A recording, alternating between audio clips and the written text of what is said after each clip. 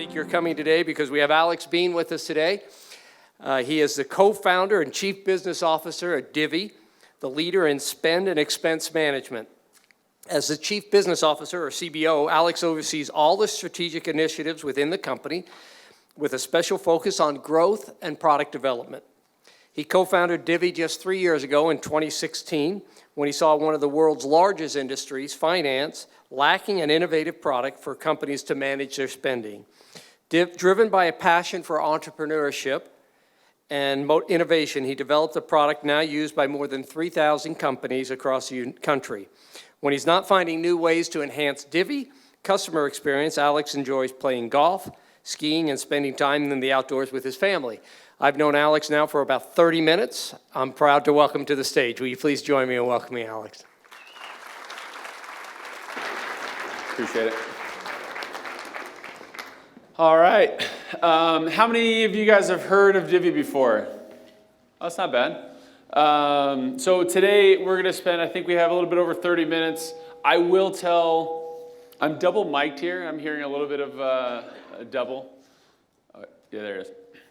So I'm going to tell a little bit of the story of Divvy, tell you a little bit more about us, but then fundamentally I want to talk about just the business aspect of growing Divvy and then things that we've learned growing Divvy, and then personal experiences that might be able to relate to you guys. So I did not go to UVU. This is my first time ever being on campus. I went to BYU, but I have two nephews that are both in the crowd and UVU students, so it's fun to be here. Okay, so 2015, was living in Seattle, decided to move to Utah, actually with one goal. I wanted to join and or start a tech company. Why come to Utah is a good question. I'm from Seattle, Microsoft's there, Amazon's there, a lot of great companies, but honestly there's something unique about the culture that was happening up at Silicon Slopes, up at that kind of Thanksgiving point. It was a world in which you had a lot of young and hungry people, but it wasn't going to be super expensive to start a company. So moved to Utah, moved in November of 2016. 3 months later, an old friend of mine, Blake Murray, who's now my co-founder and partner, called me up and said, I have an idea, which is, someone who loves startups and entrepreneurship, that's like the greatest thing you could get. So he came to my house, we sat down in the basement, and I said, what's your idea? And his idea is simple. So who's used Venmo before? Why is Venmo so great? Someone tell me why is Venmo so great? Super easy. What'd you do before Venmo if you went to dinner and split something or wanted to pay someone? Take turns. Maybe you hopefully had the right amount of cash.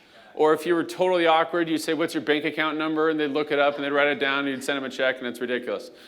Venmo is incredible. It's not that complicated, but it's incredible. And Blake basically said, why can't we do Venmo but for business? It's basically the premise of it. Why can't we just send money easier to each other? So he was running 6 locations of a pizza restaurant. Have you guys been to Pizza Studio? That was his restaurant that he was running. I was running a software consulting company, so we were building apps for other people. And it was we both had around 100 to 300 employees at our companies, and we were swiping cards and just turning in receipts 60 days later, and that was our problem. And we said, well, who's going to fix it? So why didn't the banks do Venmo? Any idea? It's not that complicated of an app. Why didn't a bank just build Venmo? It seems like it's pretty easy. Because they get paid off of every transaction that is done. There's different agreements they have with these. It's no motivation for them to build Venmo, right? Because they don't really care about your customer experience. They care about making their money, and they're making billions of it, so they're we're good. So you have some guys in Silicon Valley, they start this company, and it forces them. What's the competitor to Venmo? Nope. Well, yes, I'm looking for one specifically because it's run by banks. Zelle. How many of you have used Zelle? Okay, so some, but not nearly what Venmo was. So that gives you a sense of where Divvy sat, what we were trying to be. We said we care about customer experience. We weren't making billions. We have all the motivation in the world to build Divvy. Blake says, why don't we do Venmo for business? So that began our journey. If you guys have ever thought about starting a company or been a part of that process, it is it's the honeymoon phase. It is amazing. It's you're texting, 1,000 times a day, or at 1 in the morning you're texting, and it's just super, super exciting. And that was what Blake and I did from around February to July. We did a lot of texting to the point where my wife was getting pretty concerned, but she got to see all my text messages. It was really, really fun because we knew that we had something. And the reason we knew we had something is we were, going to banks, we're going to different businesses and saying, what if we built this, right? Like, what if we could do that? And we started to have some pretty cool experiences, which I'll go into in a second. But fundamentally, this was kind of that process we were going through. We're going to talk a lot about this 18 months and the different lessons that we learned in that 18 months of getting up to becoming a business. We eventually launched a year and a half later, almost 2 years after Blake came to me with his original concept, and we said, let's do it. But it was definitely risk. I mean, I was growing a company. He had a successful company. We both were making pretty decent money. And you basically have to look at your families. He had 3 kids. I had, I think, 3 at the time. And you basically say, like, all right, we're gonna jump. We're gonna leave this paycheck and go to nothing, and we're gonna start this company, which again is the best decision I've ever made. But we raised funds in July, and we quit our jobs in August. So let's talk a little bit more about what we learned. All right, so who's started a company? High school, college, has anyone done that before? It could be small, I don't really care. Few light hands. Okay, the last time I did a conversation, or I did a speaking engagement like this, it was all entrepreneurs, so they had 1,000 ideas. But okay, so when we started our idea, we thought we had this great idea. We said, we know everything. We're going to build Venmo for business. Let's go. And what really ended up happening is we got into what Divvy became. We had to pivot a lot. You kind of hear that. Twitter was a pivot. Facebook wasn't a pivot. But most companies have some form of pivoting from what they originally thought they were. So for us, who's used Apple Pay before? So we actually, if you really asked us what the genesis of Divvy was, one was Venmo for Business and the other one was Apple Pay. And we just thought in 3 years from now, which would be right now, everyone would only be using Apple Pay. We were wrong. Most people don't use Apple Pay for majority of their stuff. So we were about 6 months into building our entire app. And again, our whole concept, just for those that don't remember what Divvy is, imagine taking a corporate card, like an Amex card, and then take software like Concur, Expensify, and then put them together. That's what Divvy is. And we sat to ourselves, we're like, well, what if you could just be on the phone the whole time? You could know your budget. You could send a request like Venmo. You could do all these things that give you real-time visibility. Like, holy cow, that'd be amazing. Well, we sat there and we're like, well, what happens at a restaurant?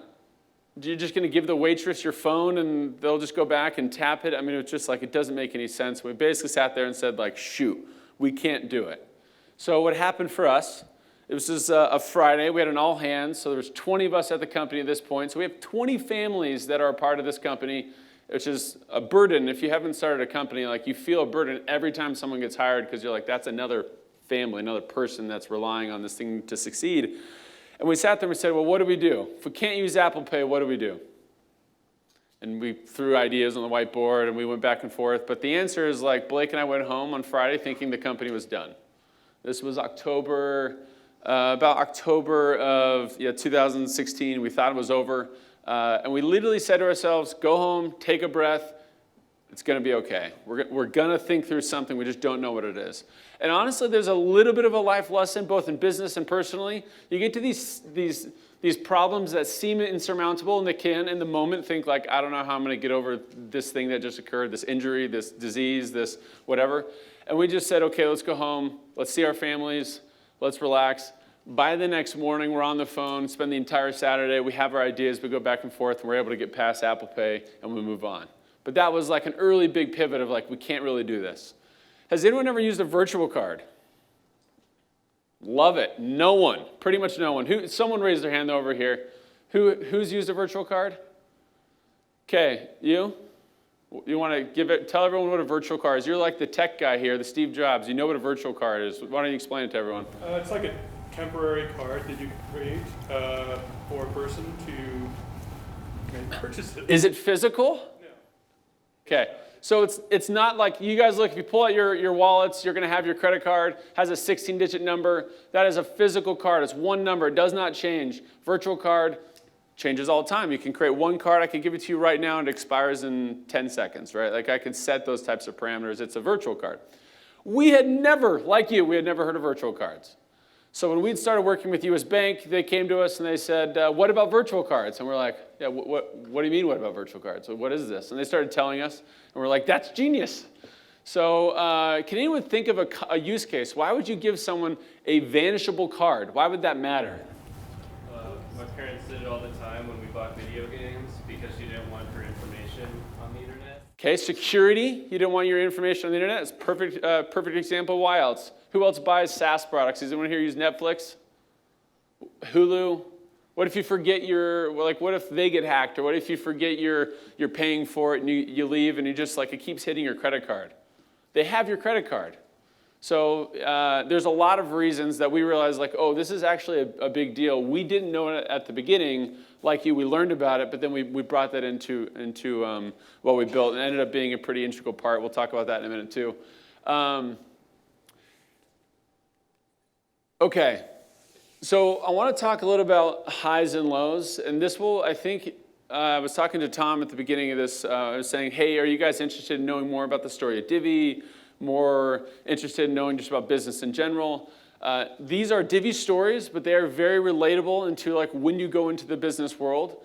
You are going to have highs and lows, and I want to walk through what we did when we hit these highs and what happens when you hit these lows.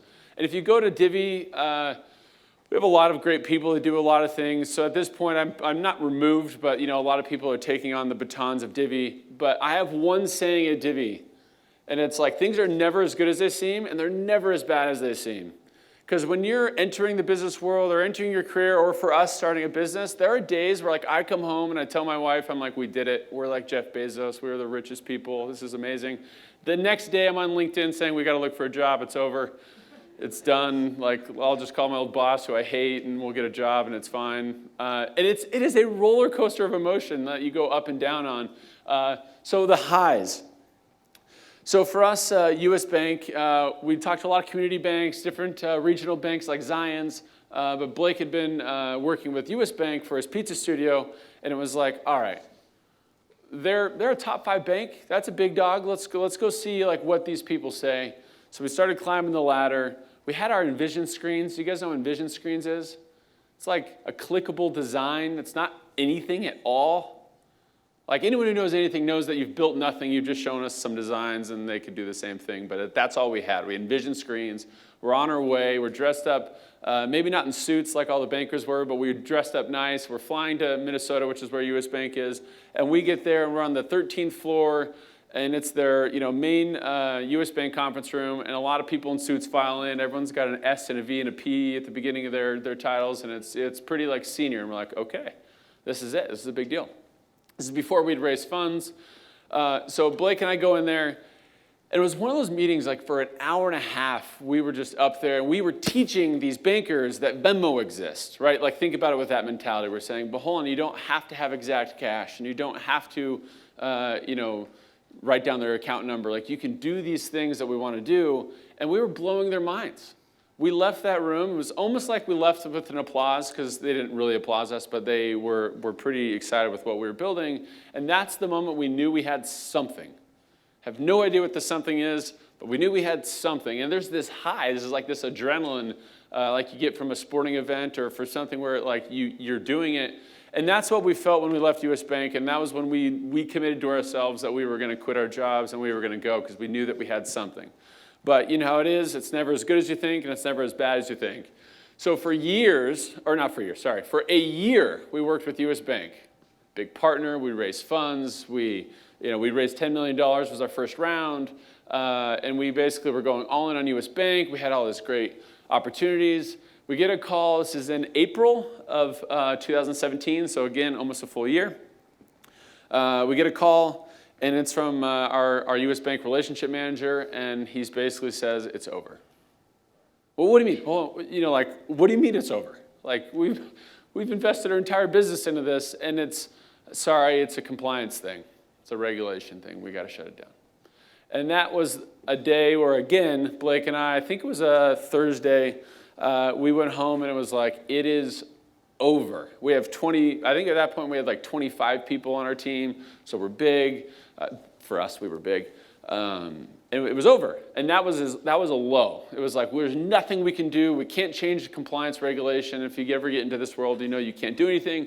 And that was the banana peel, right? Like, we're done, it's over. But fundamentally, we said, all right, let's go. So the next week, we spent looking for new partners. Ultimately, it wasn't over, right? A good example of, like, you think it's done, it's not. We found another partner, we changed to WEX. They were actually a better fit from a technology perspective anyways, ended up being better, so that was a pretty, went from a high to a low, back to just reality, which is somewhere in the middle. All right. Seeing a product viability. Is anyone interested? I know not a lot of people had raised their hands because they had started a company. Is anyone interested in doing their own startup or in starting a company someday? So we got a few people up here. You're here on, yeah, let's go with you. Like, why do you want to start a company, by the way?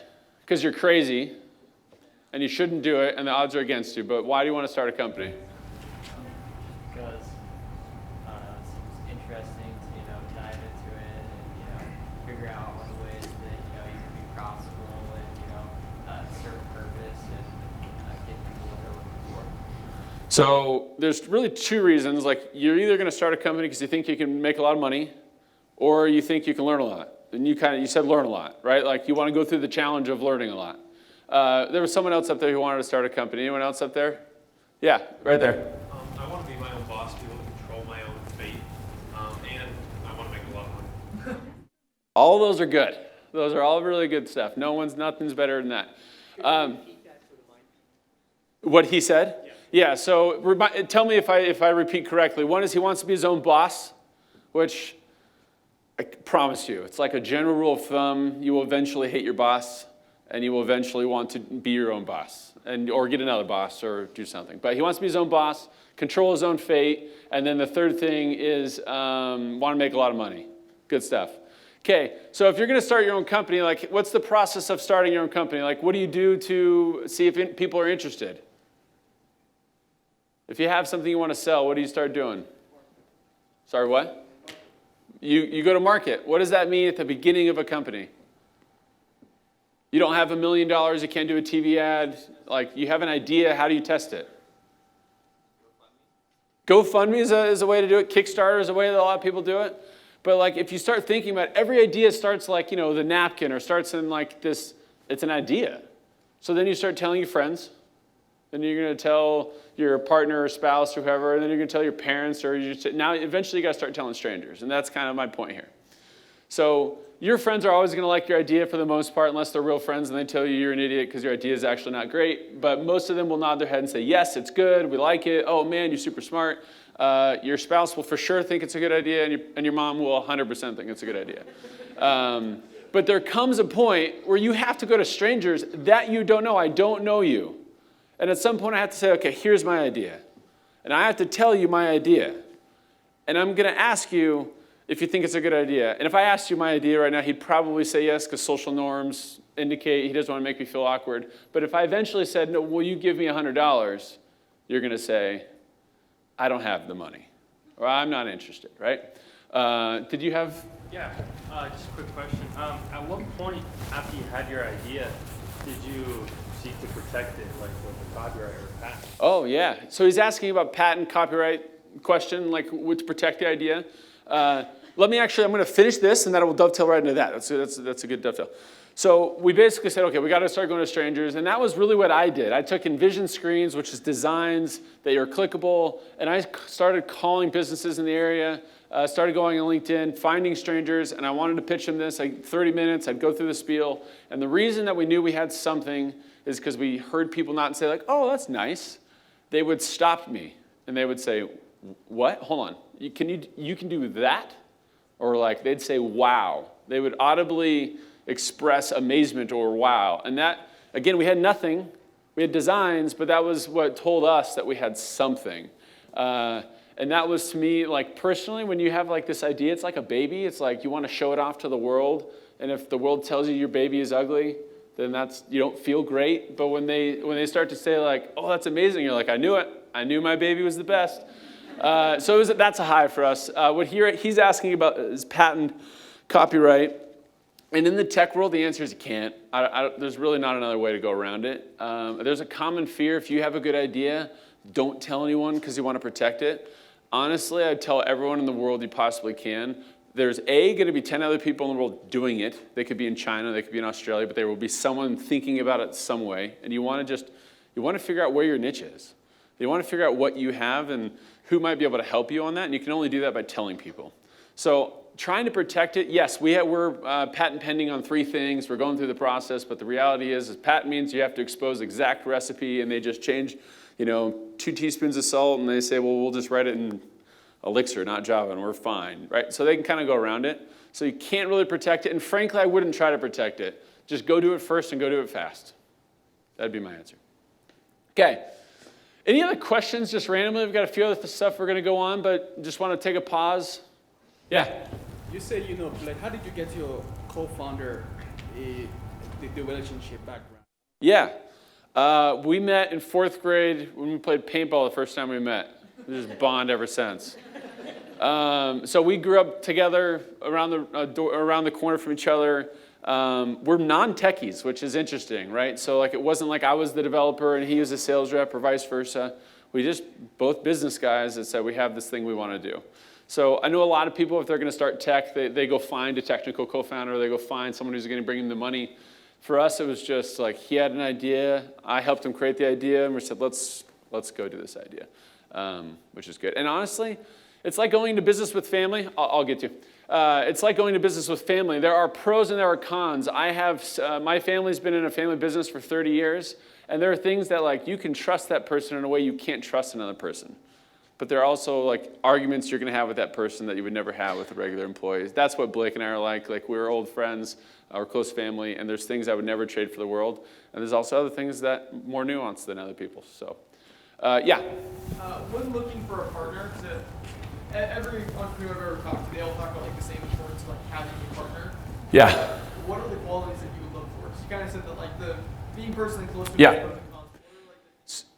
Do you guys know Cotopaxi, the brand, the jackets, the backpacks? So David Smith they're up at Salt Lake, total stud. If you ever get a chance to meet him, talk to him, learn from him, you should. He posted this thing on Facebook the other day where I was like, yep, I agree with the statement. And he was posting about his co-founder, and his point was, finding a co-founder is like picking someone to go on a desert island with you. They can't have the exact same skills. If you're both good at just climbing trees for coconuts, but no one knows how to build a fire, you're going to be screwed. But if you find the right person that has complementary talent, that they can do the coconuts and you can do the fire, your chances for survival are higher. And then his other point was ego, and ego is a big deal. I honestly think one of the reasons that Blake and I work is I know I'm number 2. Not number 1. Blake's number 1. He's the quarterback. I'm the running back. And like, you cannot go into a relationship if you both think you're Jeff Bezos, someone's getting fired. Have you guys seen the Netflix documentary with Bill Gates?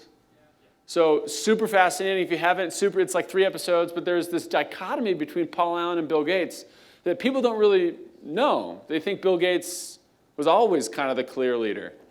Bill was younger. He was like a sophomore, freshman when Paul was in high school. And funny enough, my dad actually went to high school with him at the same time, so kind of small world in Seattle. So Paul was always older. Paul was always smarter. Paul was always the guy. The reason Bill Gates is the CEO is because he dropped out of school faster. And he spent 6 months ahead of time all in the business, and Paul didn't do it. And so, there was a clashing, and ultimately Paul got kicked out because he saw things differently than Bill. But guess what? Bill has C and an E and an O behind it, and that's what wins.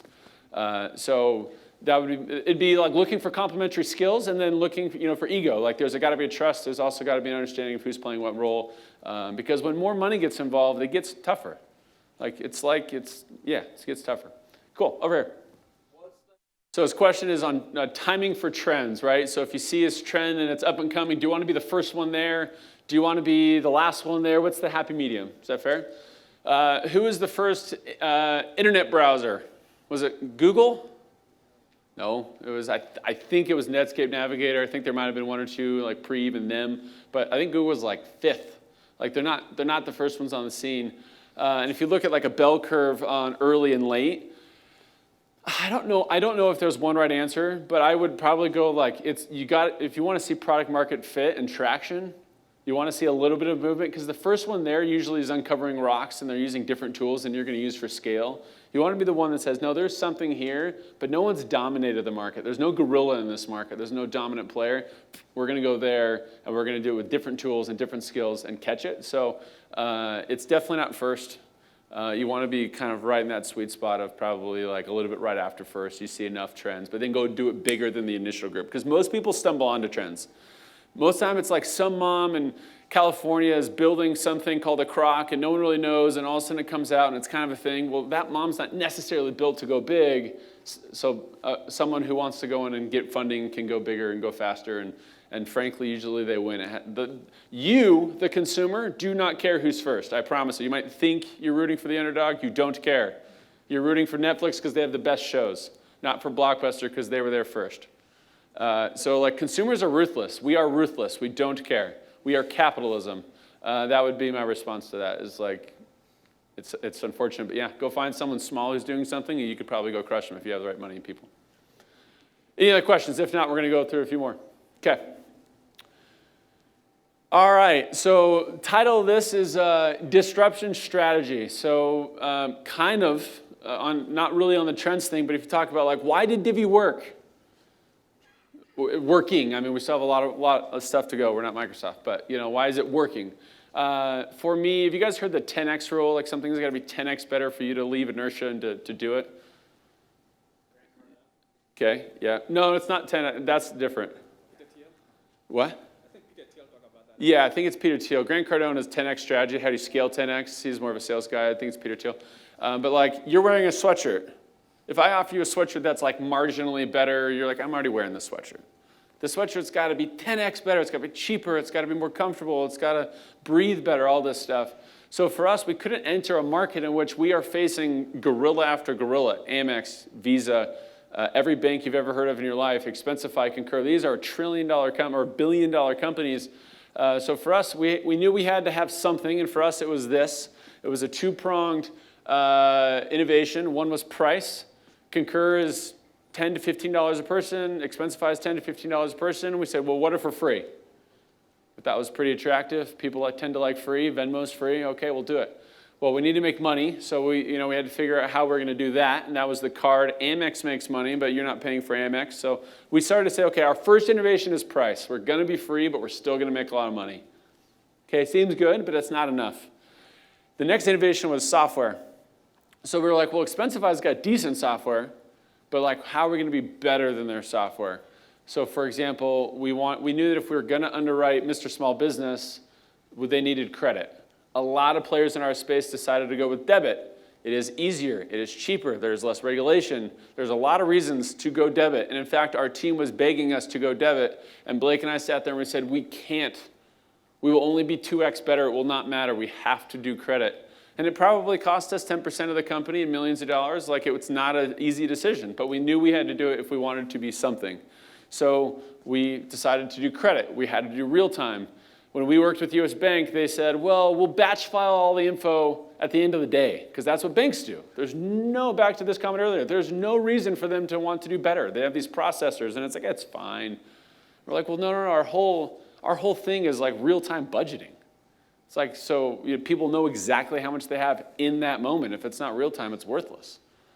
Like, we then spent probably 2 months building around US Bank, going into Visa, tapping into their real-time transactions to see if we can pull it back, because like, it was that important to us. So we made some serious sacrifices to do these two innovations. And for us, and if you're saying you want to start a company, go into business, like, we had to make a splash. This was our splash. We had to have two big innovations, pricing and software.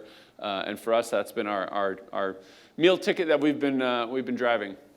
So, okay, we have something, we have our model, and we're like, all right, how do we really go? We have this funding, how do we take it to the next level? And we knew that there was really two things we wanted to do. One is we wanted to win our home turf.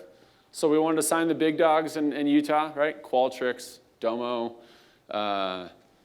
who else was there? Instructure, all these players. Like, the people you guys would recognize, like, we got to go sign them. And the second is then we had to go fundraise again. Not like the friends and family around, but we had to go into the VC world, into the Shark Tank, so to speak, and go get money. So, anyone know who these three people are? Why is a NFL football player a local investor, and a guy in a purple suit together? Any guesses? Just come on. Does anyone know who any of these people are? What do you got? Okay. Oh, he's the easiest one to know. That's amazing, though. You know the other two. That is Josh James from Nowhere. Yeah. So Kazner plays for. He's in the NFL. He's a friend of Jason Clark, who's this guy in the purple suit. We call him the cashback cowboy. He used to go to conferences. He would tape $2 bills on his purple suit, and people just thought he was nuts. And he is kind of nuts because he's wearing a purple suit with cash. But we had no money to go to the Silicon Slopes event and to market ourselves. So we're like, well, we've got to win Utah, and we've got to get VCs. And this was our strategy. Not the best strategy, but what happened is there was a big talk going on, much bigger than this. And we basically sat right outside the doors, and we said, when they come out, we're going to give them two things, cookies and money. People like cookies, and they like money. So we probably had 20 Divvy employees, which, again, was like most of our company. We were wearing these shirts. Bright green shirt that came out, and then we were just handing out, cookies, giving people money. And Josh James came out. One of our guys knew who he was and said, "Hey, Josh, you got to see it." He pulls me. He goes, "Alex, like here, meet Josh." And Josh looks at me and he goes, "You have 30 seconds, essentially." I go, "All right." So I pull up my phone to do my pitch, and I said, "Look what it does, X, Y, Z." And then he says, "What's your cell phone number?" And that was like, all right, like the pitch went well. That was, first pitch was like, okay, so we had 30 seconds. We gave him our pitch. Pitch goes well. He gives us the cell phone number. And that day we had our first three VC meetings for our Series A that spawned from this event. And ultimately ended up being like a really cool experience. That's what's kept our momentum. We did Series A for 10 million. We did Series B for 35. We did Series C a couple months ago for 170. And it's all because a crazy guy in a purple suit started the conversations, and we kind of kept the momentum. So kind of a fun one. So where we're at today, we're at around 4,000 customers, and then we have around 300 employees. So, we're definitely not Amazon, but we're pretty excited about where we're at and where we're headed. But before we finish, we have another 10-ish minutes or so. This is kind of a choose your adventure from here on out. So it's either open questions, or there's these three kind of prepared questions, which I'm happy to go into, but it's how did Divvy scale so quickly, if you want me to get into scale issues?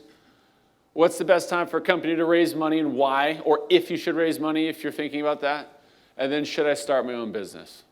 All right, go. Whose votes for option one? Everyone's going to have to raise their hand for something, so let's vote. Option one? That's okay, not really. Okay, option two? Option three? It's like down the middle. All right, you pick it. What should we do? Best time for a company to raise money. Okay, good one. Best time for a company to raise money. That's a misleading question in the sense of like you might not need to raise money. So this would be my barometer if I was advising you guys and you're asking yourselves, should we raise money? How big is your total addressable market? Is the opportunity in front of you worth $1 billion? Is it worth $10 billion? Is it worth $100 billion? If the answer is it's a really nice business, it's worth $5 million or $10 million, don't raise money. Slow roll it, own everything. You like that guy up there, be your own boss. You will thank yourself later. So I have a family business. My dad started it 30 years ago. My two older brothers, my brother-in-law working it now. It is not $1 billion idea. It's not. But it's worth $5 million, and they own it. And it's a great business. For 30 years, they're going to run it. It's a great little gig. But they should never, ever, ever think about raising funds because then you invest other people with different opinions. The opportunity is not that big. If a VC gives you $10, how much do you think he wants in return? $15? I wish. Who? $10 turns into what if you're a VC? 20. No. 100 is the answer. It's a 10x. Why does 10x keep coming up? It's a 10x rule. Like, they expect to make 10 investments at $100 and for one or two of those to be 1,000. They actually know, this is a funny thing, as like someone who gets investment, they know that there's 10 people across, that they're going to give 10 companies money, and they know 8 of them are done.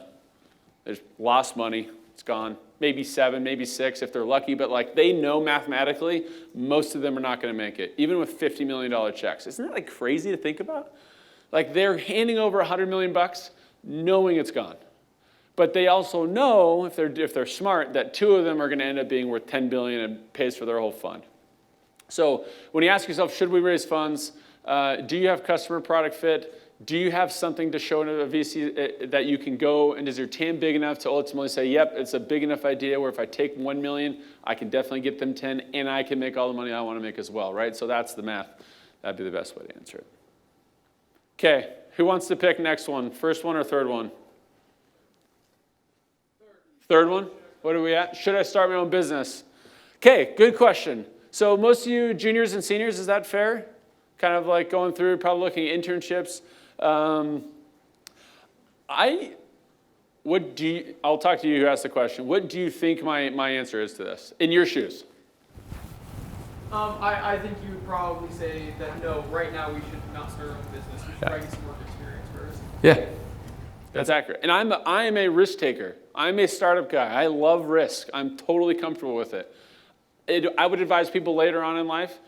I'm not that old. I'm 35. But when I was your age, my best advice to you guys is I'd say like, so let me actually talk about Divvy scaling, and this will kind of dovetail into this answer. So one of the best things we've done as we've scaled is we've gone and said, who has been at a company that did a lot of success? And then we can just grab that person and put them at Divvy. So we looked at a company locally called Jive.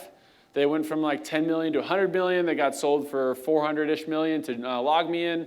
A lot of success, that's great. So what we did is we said, well, who's in that marketing meeting, or I call it like, who's in that marketing car, but they're not the driver. The person who ran marketing at Jive probably didn't want to come to Divvy.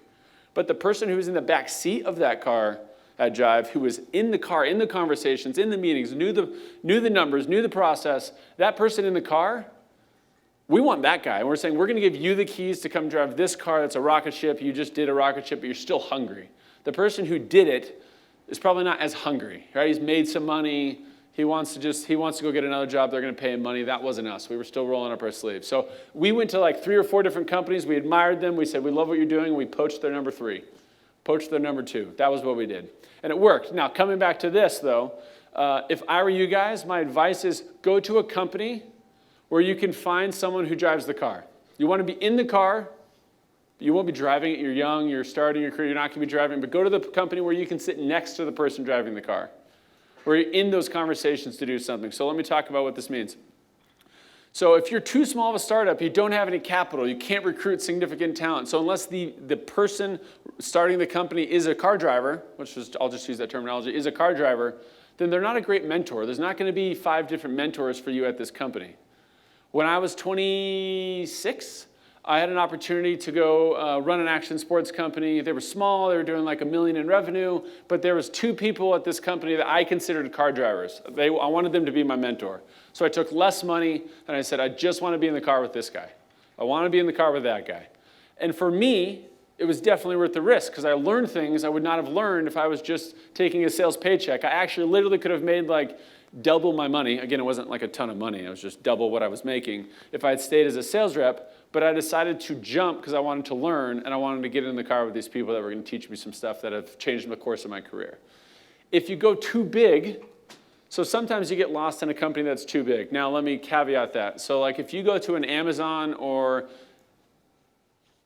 if you had an opportunity to go to Amazon, I would go to Amazon. Here's why. Deloitte's one of them. Deloitte's on this list. But there's other big companies that might not be on the list. But here's why Amazon's on the list for me. If you go to Amazon, it's going to suck. It's honestly like, in fact, one of my friends used to be the head of legal or one of the legal guys there. And the quote from the Amazon HR team is like, well, did we get this holiday off? And he goes, well, we take Christmas off because we're legally obligated to take it off. Other than that, like, we don't take it off. Kind of like, we don't care. We don't care about work-life balance. We don't care about that. Like, we're here to build a business, and they're building a business. But if you go there, it is akin to an MBA. You go there, and after 2 years, you've accomplished something at Amazon. People in Utah, people at other places will say, you did what at Amazon? You were in the car of that group at Amazon? Like, come here and help us do that same thing. So if you get an opportunity to go to a Deloitte or an Amazon or a Microsoft and you can be around people that are going to push you, like I would advise you to do it. But find car drivers would be my ultimate goal. So like if you find a Series A, Series B, Series C, the fun thing at Divvy now is we've raised enough money where we can go invest in car drivers and people that cost a lot of money and they're skilled. So we have our intern here today, but he sits next to 2 car drivers. The guy next to him and the guy in the office to the right. Those are guys, if I'm him, and he's my nephew, so I'm going to advise him all the time. But if I'm him, I literally just sit next to him and I just learn, talk to him, listen to him. What do you got for me? What project do you have? Can I work over the weekend? Like anything that he can do to win them over and for them to be somewhat of a mentor will change his career. That's game changing for him. So anyways, that's my advice in terms of should you start a company. I would advise not. Wait till you've learned some stuff. Wait till you kind of know what you don't know. And if you go in and figure out people you can learn from, it will change your career significantly. Whereas if you just kind of always go for the paycheck and take the paycheck, you're just going to kind of like shuffle along. And you're just going to keep saying, well, where can I get a small raise? Where can I go? And honestly, you're going to kind of end up at probably a decent job, but kind of end up in a place you don't love, you're not passionate about, and you're not going to be able to, as you said, control your own fate. You start driving a car, you control your own fate. You can now do things because you say, I don't want that opportunity, I want this opportunity. I think that's pretty cool. All right, we've got a few more minutes. Anything else? What other questions do you guys have? Happy to answer Divvy questions. Other questions? Yeah. How did you approach those big people when you didn't have much money? LinkedIn and crazy story. So like, meaning, or hype. So LinkedIn to the Drive people, and we said, hey, can we talk? Can I buy you coffee? Can we like sit down? You get their attention, and then you tell them the vision, right? Like that's my job. That's Blake's job. We tell the vision of like how big Divvy can be. And the thing about Divvy, this is just our little pitch, we honestly think we can be the biggest company to ever come out of Utah. Why? Because our market is so big. The opportunity, if we do it right, is so big. So people that wanted to do something big were super attracted by the fact that like we weren't trying to sell for $50 million. Divvy is $1 billion swing or nothing. We are either going to sell and build and go public at way over $1 billion, or we are nothing. That is our opinion. So when we sold that pitch to people that were like, yeah, I was in the passenger seat of this one, but you guys have a bigger truck, let's go, that was pretty appealing. And we just had to sell them. You have to give up some equity. Depending, equity is just a swing of like the risk that they're taking at the time they come in, and just you kind of weight that average. So. Yeah, any other questions? Right. You said to get experience first and then start your own business. Yeah. What was that like for you when you have an income, you built something, and then now you're saying tomorrow I now make nothing? Yeah. It's fun.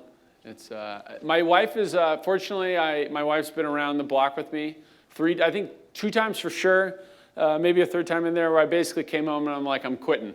She was like, what are you talking about?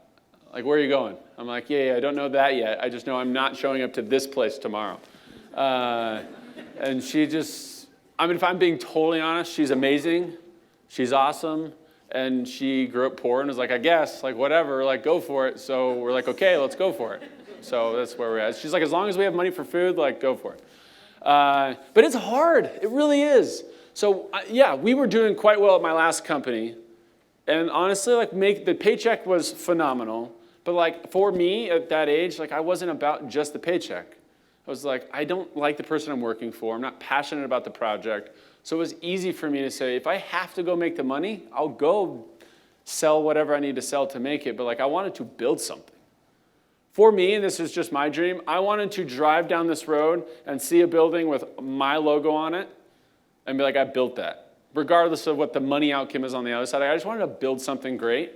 And that, for me, was easy to go to my wife and say, like, hey, we didn't go to nothing. By the way, we had a little bit of stipend because we'd raised some funds to start Divvy. But we went from here to definitely down here. And it was like, yeah, that's the risk we're taking. And, she was on board. But also, if you're younger, if you, go and work for Amazon or Deloitte for a couple years and you don't have a ton of expenses, like there's this sweet spot where you are still young and hungry. You have the energy to put in 18-hour days. And I'm not kidding, like 18-hour days, like 2 a.m. every night consistently. There's this sweet spot from like 25 to 30 where you know enough, you've kind of done some stuff, and you're kind of also naive enough to go for it. That I would tell people that's kind of a sweet spot to go for it. 2 more minutes. If not, again, we can end early, happy to end early. So I know you say you'd recommend not starting your own business, but let's say, for example, I have a small business.